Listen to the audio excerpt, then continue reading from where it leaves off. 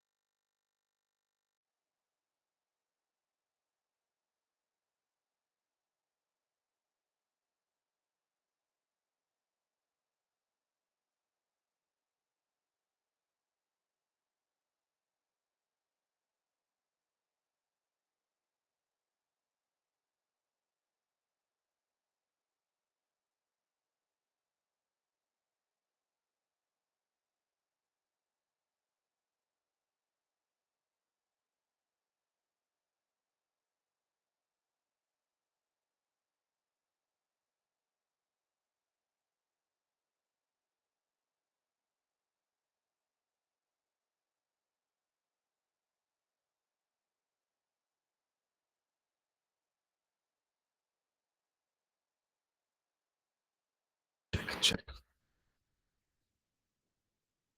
Sagar.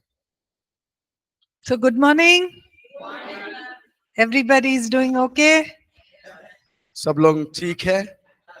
The last few hours, कुछ आखिरी घंटे all excited? सब आनंदित हैं? Tell me, not excited? आप लोग बहुत सारा? हाँ? There Don't want to won't be go any home. fun at home. No, nobody wants to go home.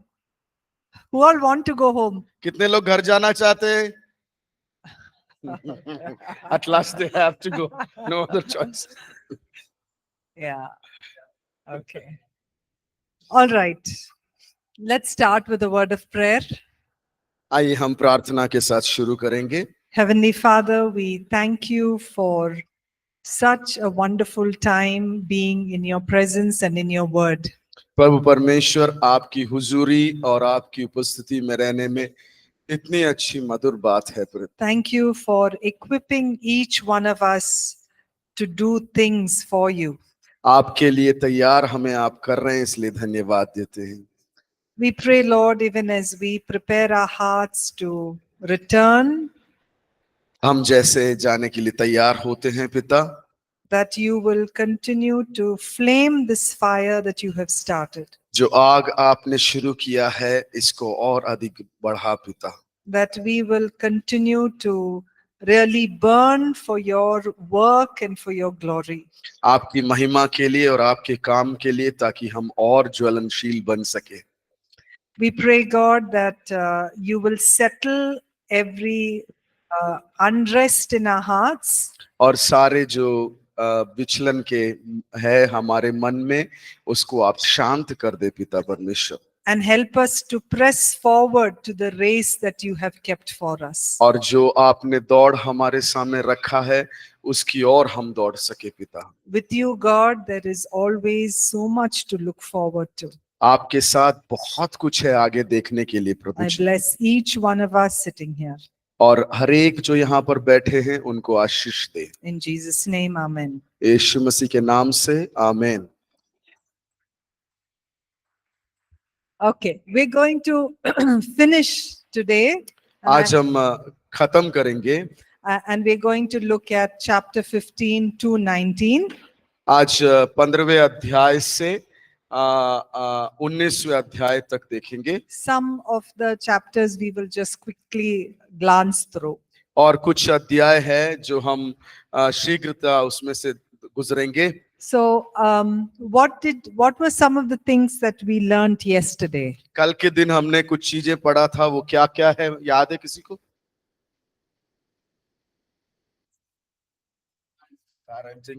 Parenting, okay. God is the ultimate father.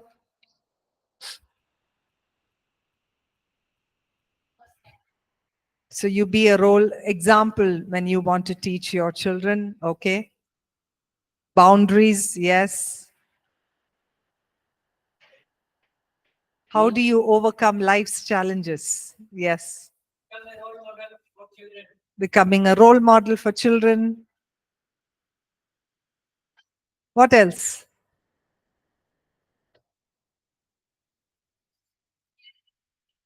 Okay, engaging with children according to their age.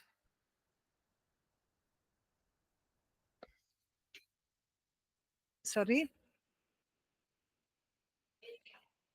That is whenever solution. Okay, so deal with situations at an instant. Yes, somebody said partiality. No partiality. Okay, good. Then Hmm. Okay, whatever is good, highlight the positives. Okay, very good. Huh? Power of forgiveness. Arrows. Yeah, children are like arrows that need to be aimed. Okay, very good, excellent. Okay, so we will finish this chapter with one more lesson on how to bring up and nurture children. एक और अध्याय इस बच्चों को पालन पोषण करने के विषय में जो है एक और अध्याय हम देखेंगे और उसको खत्म करेंगे. So just to remind ourselves that we said that parenting is a divine calling. और जिस प्रकार से हमने कहा था माता पिता का जो जिम्मेदारी है वो एक अलौकिक है. And we need to represent every father as we parent. और जैसे हम माता पिता हैं तो स्वर्गीय पिता के प्रतिनिधि हैं. So where we represent the father by giving unconditional love to the children. निस्वार्थ प्रेम के साथ हम उनके प्रति प्रेम दिखाते हैं. Okay, so before we start this lesson, I'd like to give a small instruction to all the men here who will one day become fathers. और class शुरू होने के इसमें से जाने से पहले जितने यहाँ पे आदमी लोग बैठे हुए हैं, पुरुष बैठे हैं, उनको एक निर्देश मैं देना चाहती हूँ जो भविष्य में विवाहित होने वाले हैं. So as men, you need to take the place of being a father to your children. और आप जो एक पुरुष होने के नाते आपको एक पिता का जो रोल है उसको लेना बहुत जरूरी है. And God desires that you as a father should instruct your children and bring them in a place of obedience. और आप एक पिता होने के नाते अपने बच्चों को निर्देश देकर और परमेश्वर के हितानुसार बढ़ाना है. So like Joshua said, as for me and my house, we will serve the Lord. जिस प्रकार ने योशुआ ने कहा मैं और मेरा घराना प्रभु की सेवा करेंगे. And that is your responsibility. वो है आपकी जिम्मेदारी. Your desire and your heart should be towards your children. आपका इच्छा और आपका हृदय आपके बच्चों के प्रति होना है. So in the Bible it says, when the hearts of the fathers turn to their children, the children will turn to the fathers. और परमेश्वर के वचन में है जब पिता का हृदय बच्चों की तरफ मुड़ता है तब बच्चों का हृदय पिता की तरफ ध्यान देता है. And this is what will bring about a blessing of God. और ये परमेश्वर की अनुग्रह को लेकर आएगा. So it is a major responsibility for all the men in this house to be good fathers. और ये एक बड़ी जिम्मेदारी है हर एक पुरुष जो यहाँ पर बैठे हैं जो भविष्य में पिता बनेंगे. Okay, all right. Now, when we create a home for our children, जब हम हमारे बच्चों के लिए घर तैयार करते हैं, we should create a home that provides growth and development in every area. और जब हम एक घर बनाते हैं अपने बच्चों के लिए, ऐसा एक वातावरण होना चाहिए जहां पर वो बढ़ सके और उनकी अच्छी तरीके से देखभाल हो सके। How many of you have seen a greenhouse? कितने लोगों ने ग्रीन हाउस देखा है? ग्रीन हाउस समझते हैं? In पेड़ the लगाने के लिए botanical garden, you will see one, nursery. yeah, like a nursery, but all the plants are kept in one house that looks very green. और जो हरा जो चादर उसमें ऊपर से ढका रहता है और उसके अंदर जो है पौधों को तैयार करने के लिए रखा जाता है, जिसको टिश्यू कल्चर भी कह सकते हैं, कल्चर के लिए रखा जाता है। एक हरा कलर का वो तंबू जैसे बांधते हैं। कितनों ने So- देखा है?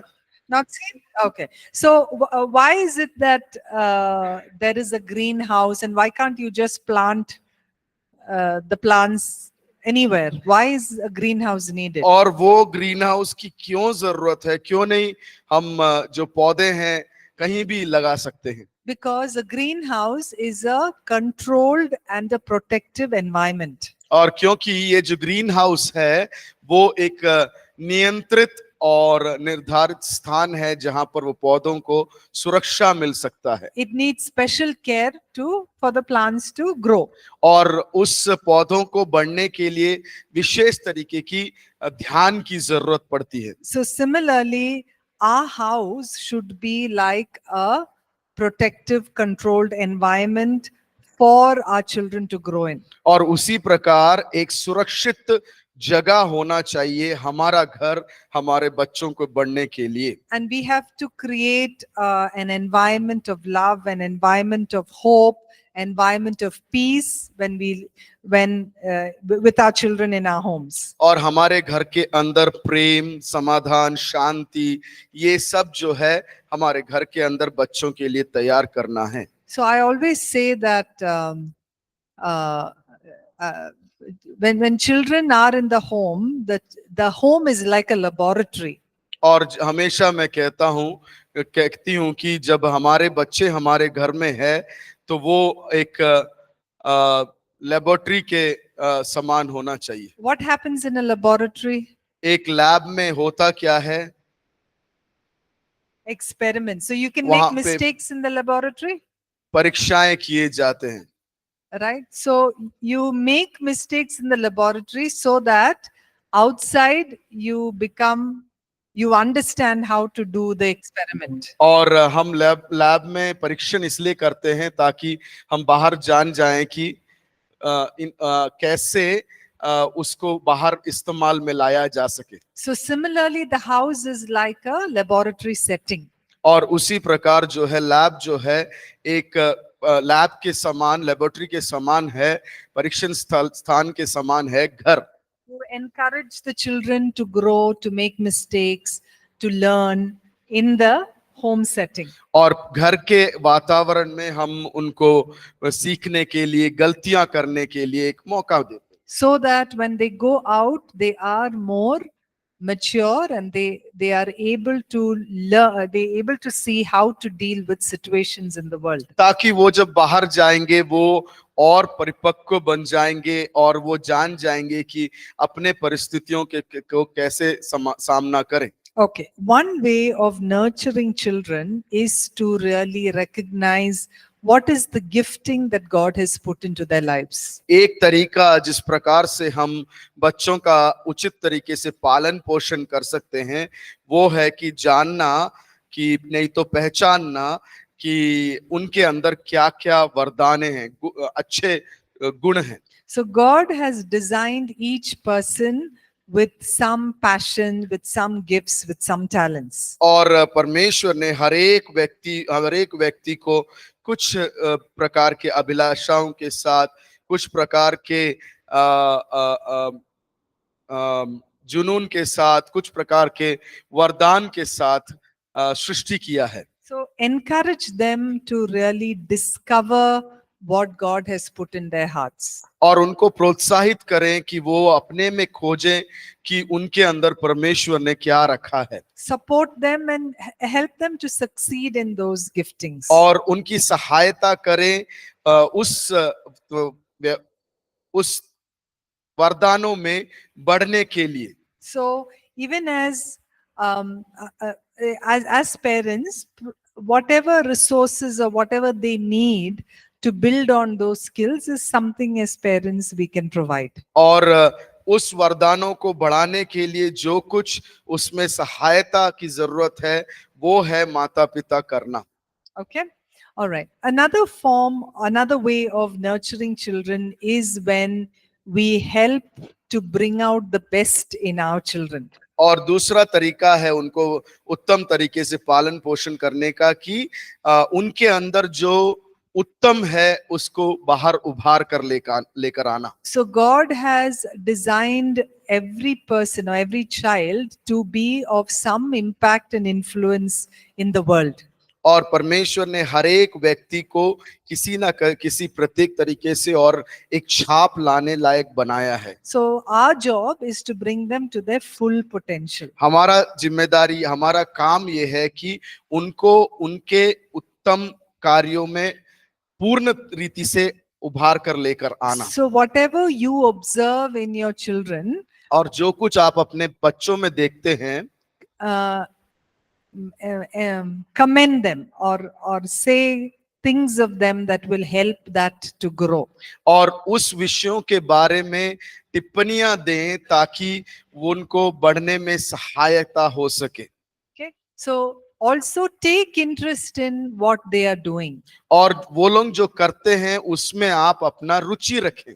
So ask them what are they working on right now? What is maybe the project that they're doing right now? Ask them.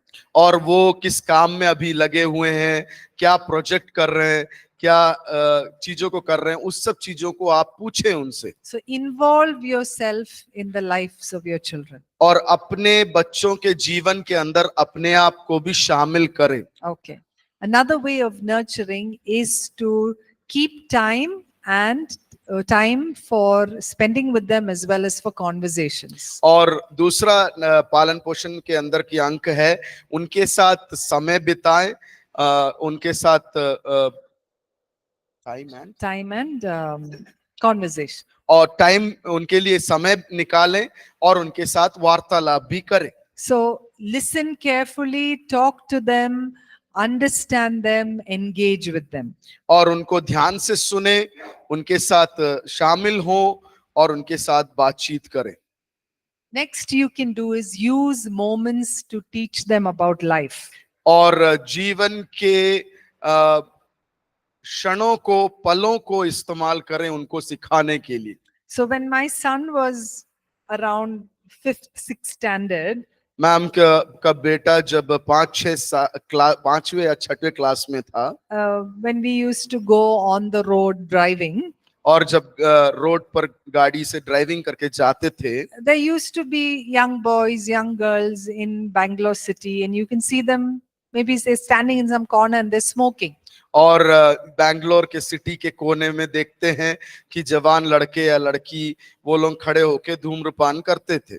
So I used to use that moment to get into a conversation with him. और ये समय को ma'am इस्तेमाल करती थी कि उस बेटे के साथ बातचीत कर सके। I used to ask questions about what he thought about young boys and girls smoking. और सवाल उठाते थे मैम कि जवान लड़के और लड़कियां धूम्रपान करने के विषय में क्या कहते हैं। So through that we used to keep talking about different things.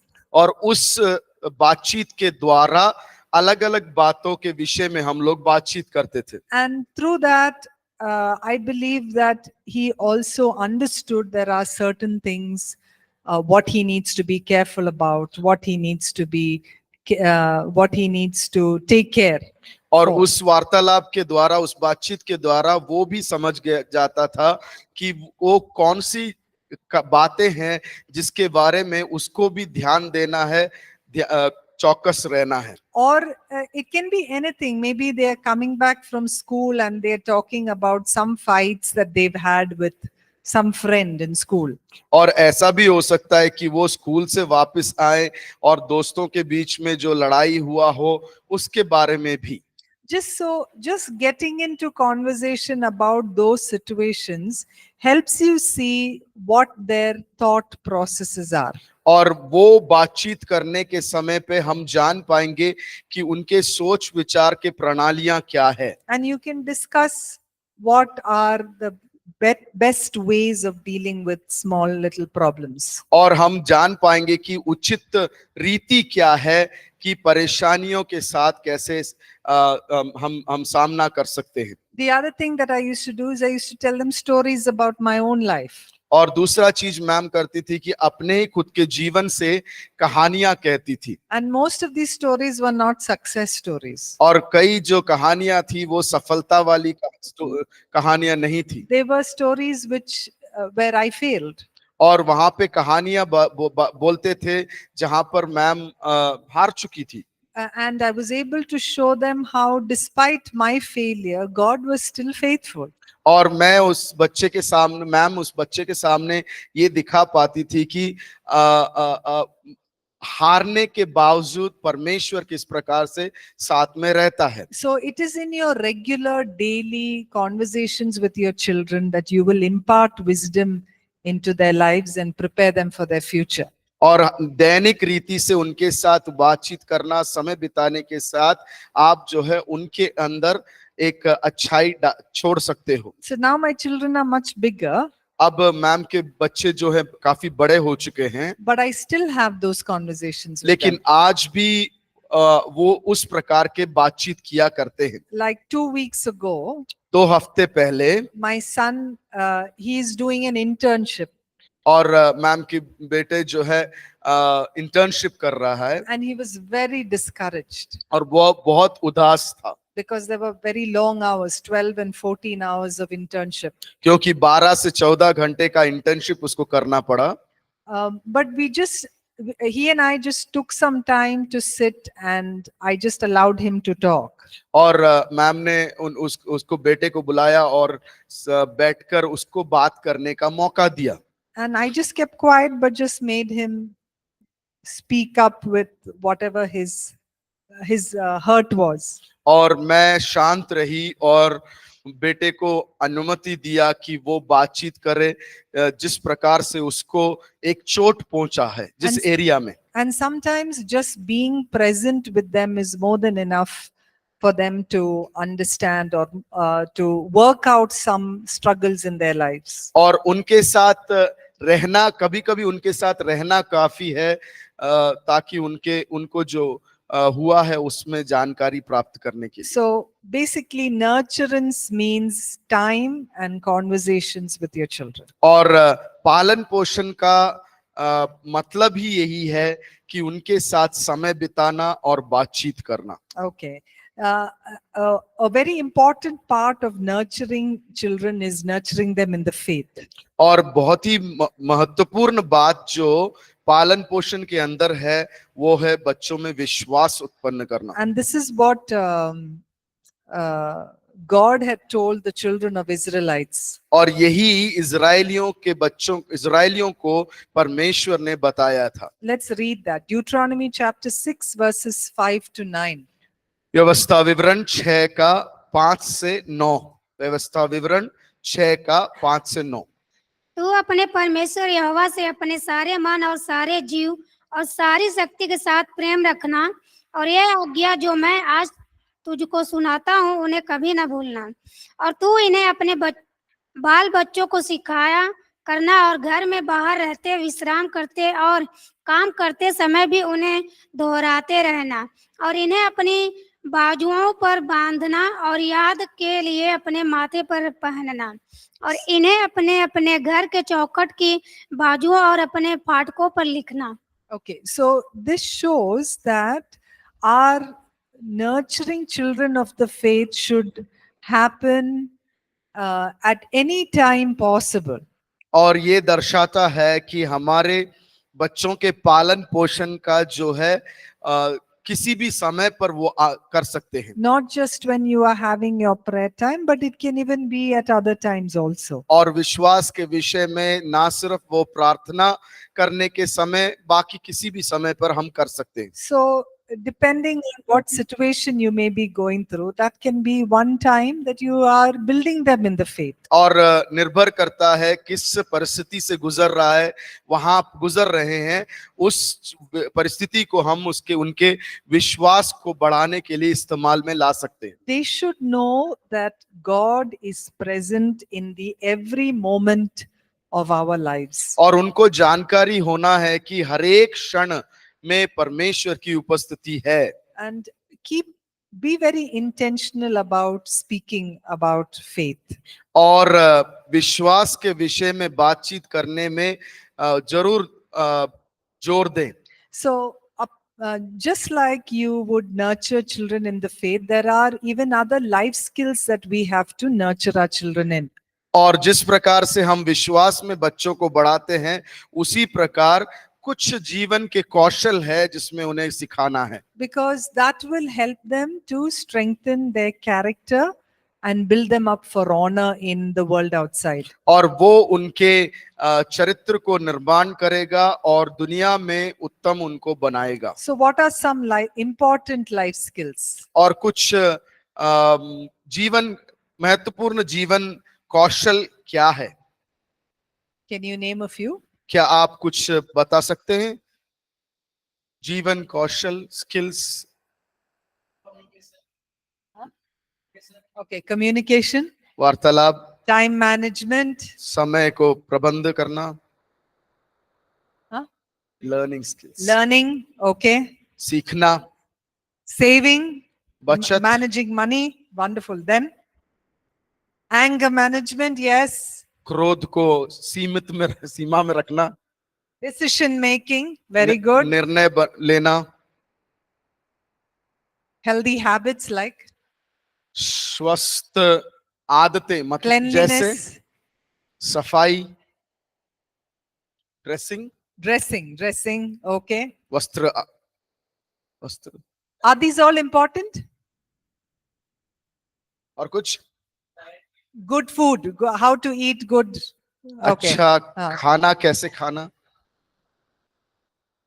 Acha, how to manage or how to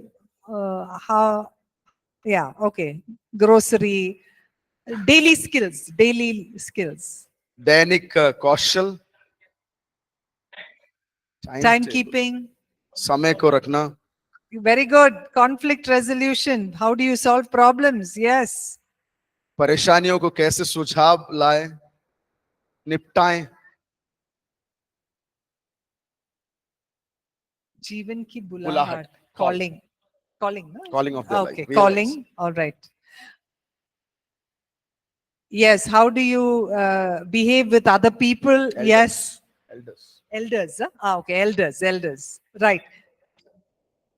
Obedience, cooperating with others. Okay, very good. Now these are all important skills for us to learn. ये सारे जो है महत्वपूर्ण कौशल है जो हमें सीखना है. Okay, now in addition, we also need to teach them about sex, purity and marriage. और हमें उसके साथ साथ लैंगिक शुद्धता और विवाह के बारे में भी सिखाना है.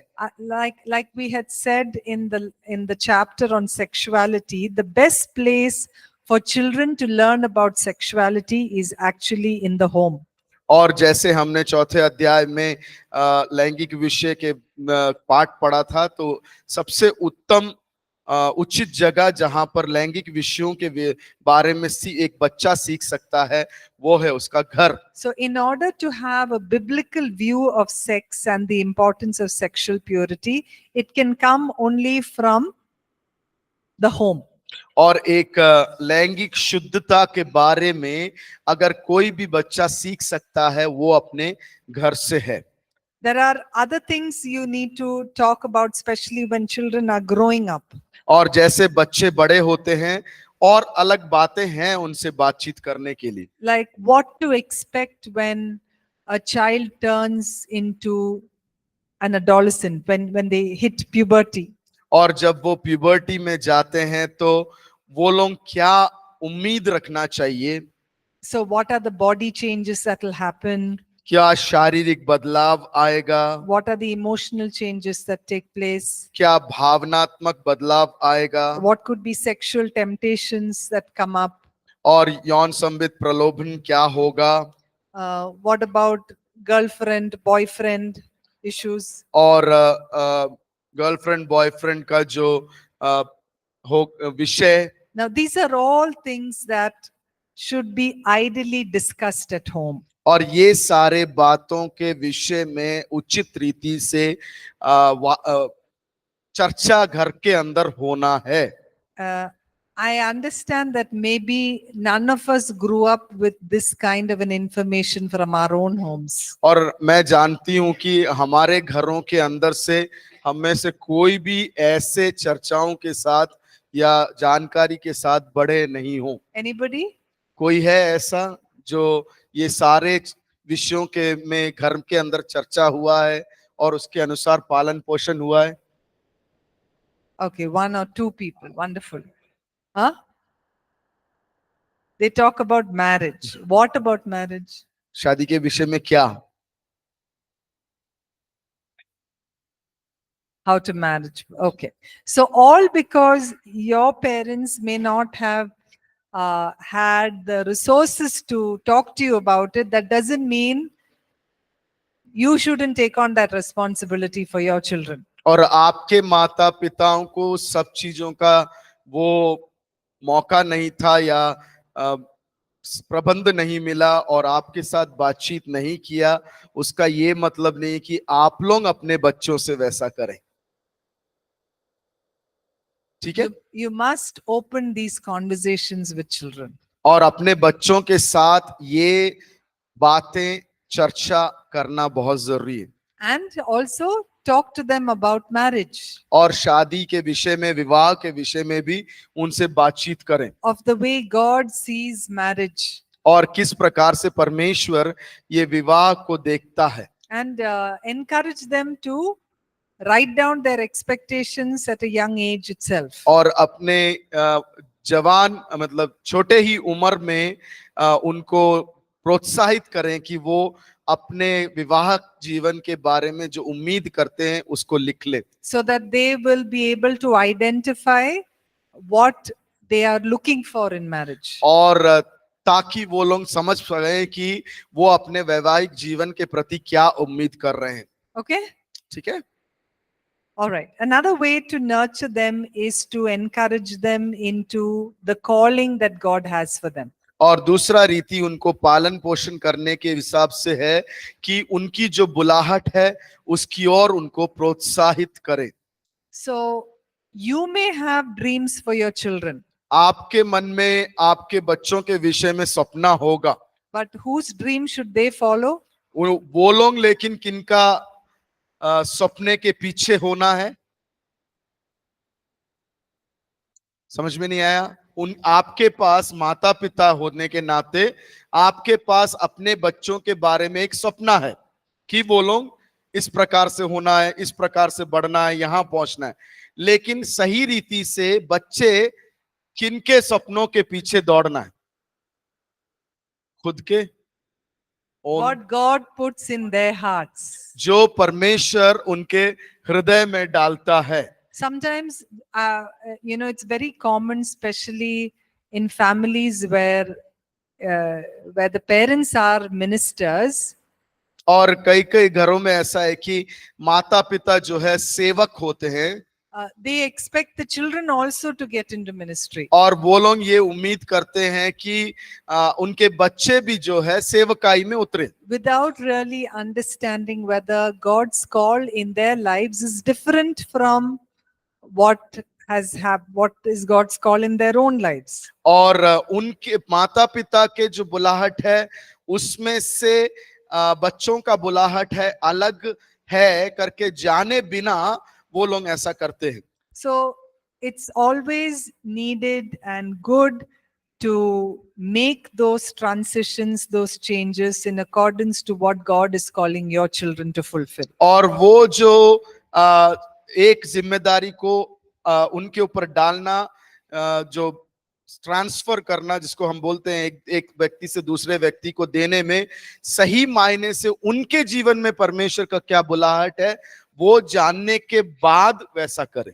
So, in addition to that, you're also going to be leaving a legacy of faith in your children. और वो भी नहीं, उनके जीवन में विश्वास के प्रति एक छाप आप छोड़ने वाले हैं। So, how do you do this is by continuously praying over your children. और वो वैसा आप कैसे कर सकते हैं?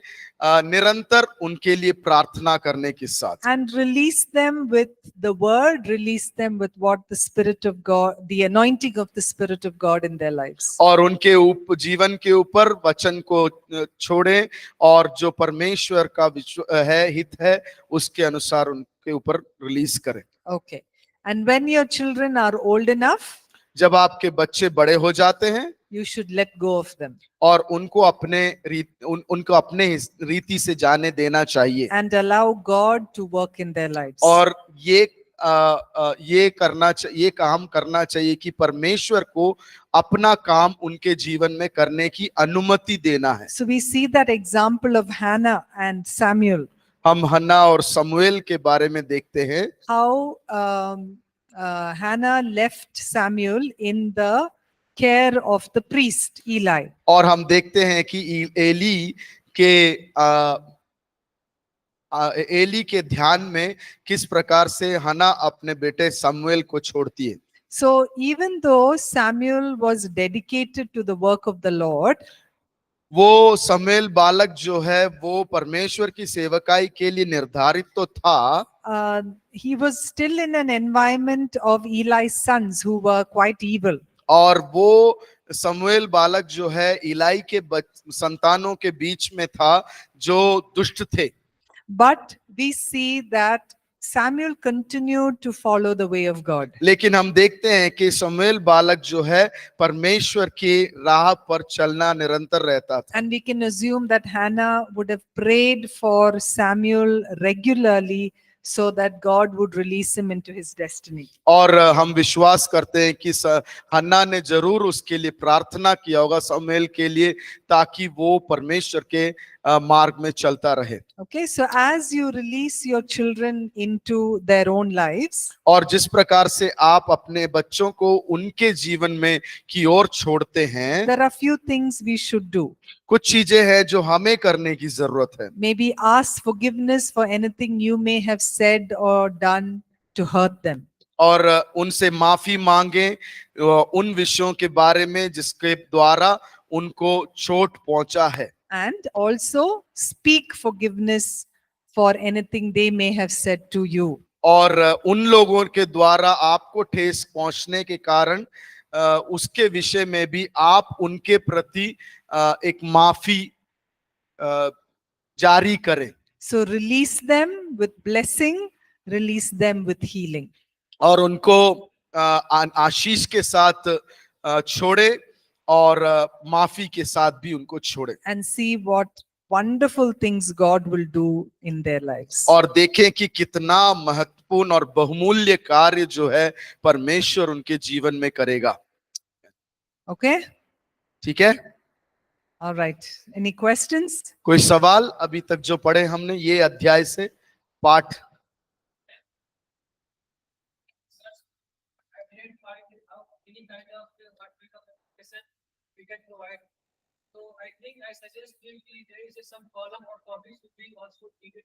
Suggestion.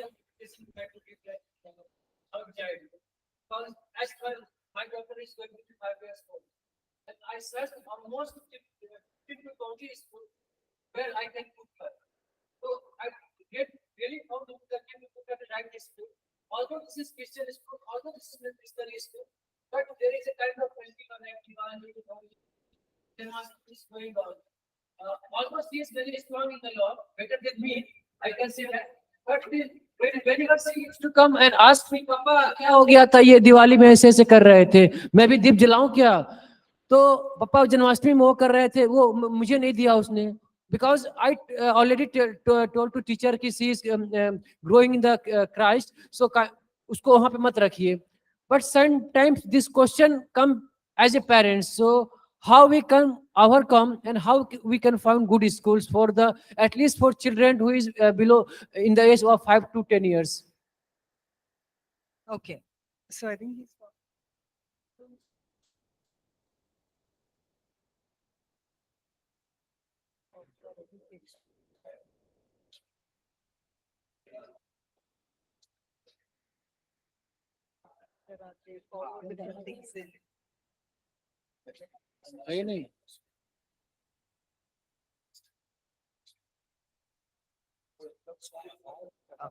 Ma'am, one more thing is now, due to of Modi ji, yoga is compulsory. So this is the other challenges for our children also, because yoga is compulsory in all over the school, whether it is missionary or whether it is compulsory.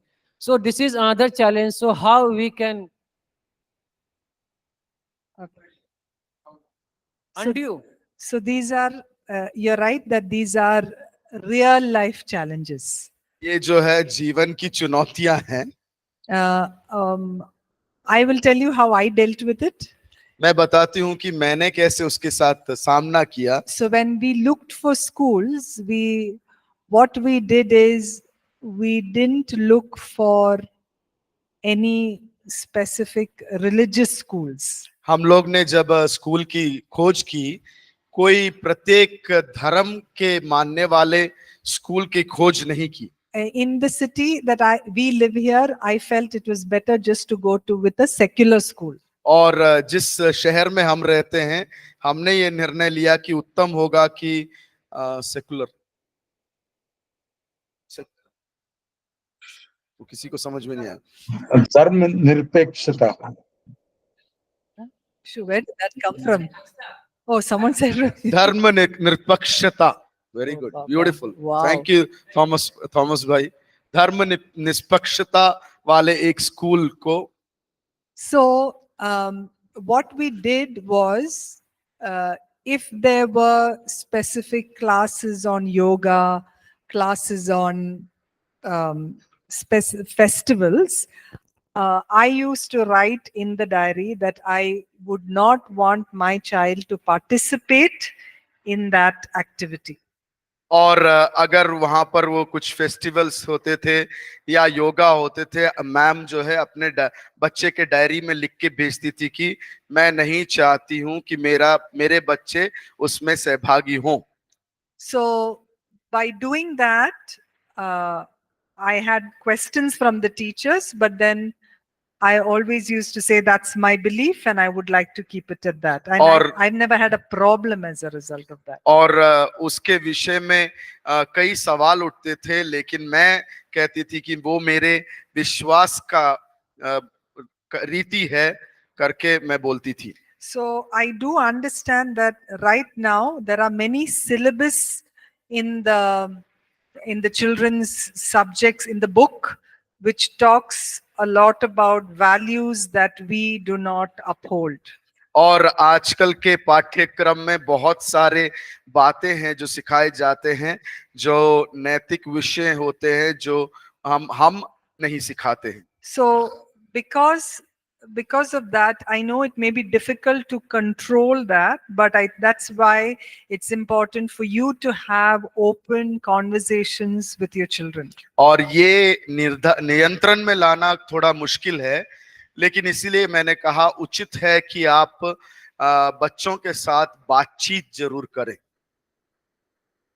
Because we may not be able to make changes at a macro level, but you can make changes in the smallest way possible in your own homes. हम लोग जो है बड़े पैमाने में एक बदलाव तो नहीं ला सकते, लेकिन हम अपने घर के अंदर बदलाहट ला सकते हैं. Ma'am, one question is mine. Ma'am, suppose if a husband and wife doing a job and they having a child or a baby, they put in the day in a day boarding or a hostel. They make them easier work for themselves, but it's very difficult for the children, because in my family, my parents are doing a servant job, government job in their compound. They put me in the hostel and give me the money. So now I'm free to do what I want to do. There is no one to tell, oh, this is a bad thing. You're going to kill yourself. So sometimes this compounds is very difficult to survive us. तो ऐसी situation में वैसे क्या कर सकते हैं, मतलब parents जो मतलब जॉब भी करना जरूरी, बहुत जरूरी है, वो दोनों जॉब कर रहे हैं, लेकिन अपने बच्चे के लिए नरिशिंग के लिए मतलब ऐसा सेफ्टी पॉइंट ऐसा क्या हो सकता है? So, I believe every family needs to make a choice. मैं विश्वास करती हूँ कि हर एक परिवार को एक चुनाव करना जरूरी है. The choice is whether you want to spend the initial years of your children's lives with them, or the choice is to take help from outside. और ये हमारा चुनाव है कि उनके प्राथमिक समय जो है, पहले के समय, अर्ली एज के समय हम उनके साथ बिताएं, या किसी और बाहरी सोर्स से हम उनकी सहायता लें करके, ये हमारा चुनाव है. I agree, it's a sacrifice, हम जानते हैं वो एक त्याग है, but you're doing it for a greater good of your children. और हम उनके भले के लिए हम वैसा कर रहे हैं. So when my children were small, मेरे मैम के बच्चे जब छोटे थे, I left full-time job और मैंने पूर्ण समय का काम जो था छोड़ दिया, and I started and I was at home with the children. और अपने बच्चों के साथ थी मैं. And I think that was the time that it was a difficult season financially. और उस समय का दौरान जो है आर्थिक रीति से थोड़ी परेशानी का समय था, as well as with the general, maybe with my friends group, all who were working at that point of time. उस समय जो मेरे दोस्त लोग जो सब काम कर रहे थे. But when I look back now, लेकिन जब मैं पीछे मुड़ के देखती हूँ, I think that's the best decision that God pushed me to make. और मैं ये मानती हूँ कि परमेश्वर ने जो मुझे करवाया वो है, उस समय का वो निर्णय बहुत उत्तम था. So it should be a decision you take in prayer and in with the wisdom of the Lord.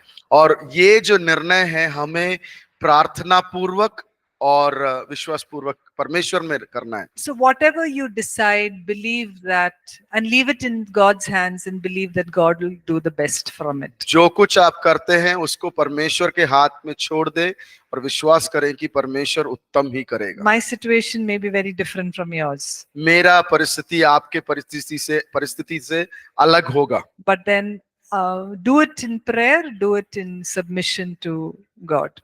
उसको प्रार्थना के साथ और परमेश्वर के समर्पण के अनुसार करें.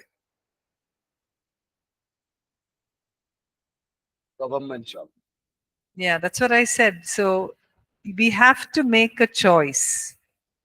वही मैंने कहा, Either we'll have pension for the rest of our lives, or we will be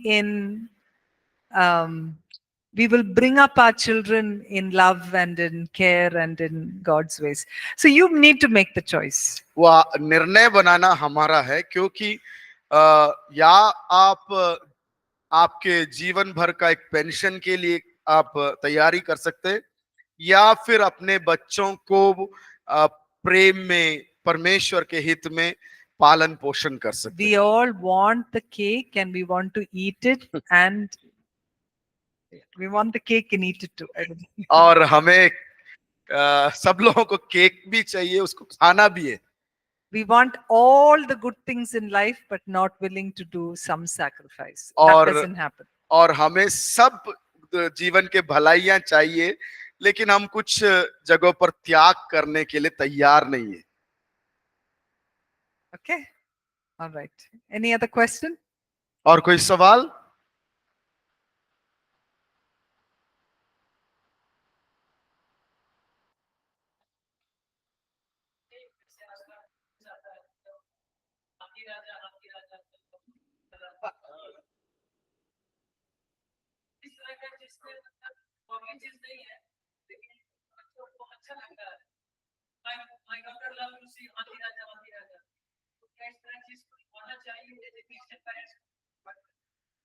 So if you want, you should first know what your children are watching. आपको पहले जानकारी होना चाहिए कि आपके बच्चे क्या देख रहे हैं. Especially small children. I'm talking about 3, 4, 5 years. Yeah. प्रत्येक तरीके से वो बच्चे जो 2-3 साल की उम्र के हैं. That is among them. Okay. All right. So, yeah. So you should know what exactly your child is being, what's the word? Being exposed to. और हमें प्रत्येक तरीके से ध्यान देना है कि हमारे बच्चे जो है किस चीजों के की ओर खुले हुए, मतलब देखते हैं, आकर्षित है, ध्यान देते हैं, वो हमें जानकारी रखना जरूरी है. It's easier to schedule time for TV watching with younger children. So it's best started when they're young. Pardon, ma'am? It's easy to schedule Our time. no, their time. Mm. So right from the time that they're young, so that it would not become harder as they grow old. और उत्तम होगा कि एक समय उनको निर्धारित करें कि कब ये सब टीवी देखें, ताकि वो बड़े हों तो वो नियंत्रण में रख सके. Ma'am, one last question. Ma'am, if our parents give you a command to, oh, you have to become an engineer or you have to become an IT software, but I don't want to become an engineer, I don't want to become IT software, I want to become a footballer, then it's count in disobedience in society or in front of our parents.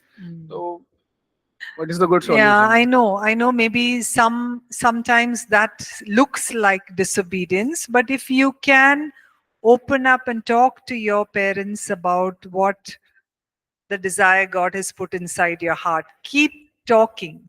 Conversations, communication is very important in things like this. और वो उचित है, सही है, लेकिन बातचीत करते रहें और अपने आप को खोलकर बोलते रहें. Because sometimes parents said, It won't happen. uh, You wanted to become.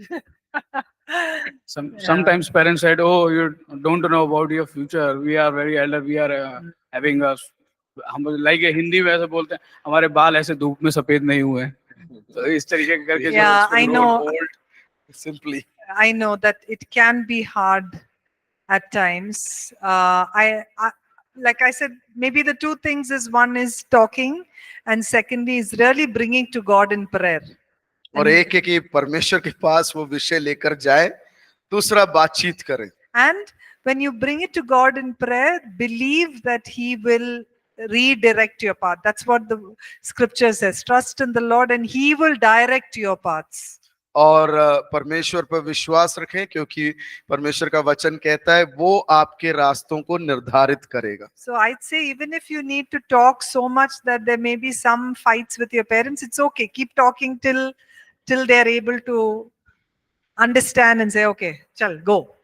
और तब तक बातचीत करें. हो सकता है बीच में कुछ झगड़ा भी माता पिता और आप लोगों के बीच में हो जाए, लेकिन तब तक बात करें जब तक वो समझ जाएं और बोले ठीक है जाओ. When we come back, I'll tell you a story. Okay? वापिस आएंगे तो आपको एक कहानी बताएंगे. All right. Yeah, you can go for break it. ले लेंगे 10 मिनट. 10:40 को वापिस आ जाएंगे. 10:40 होता है ब्रेक का टाइम.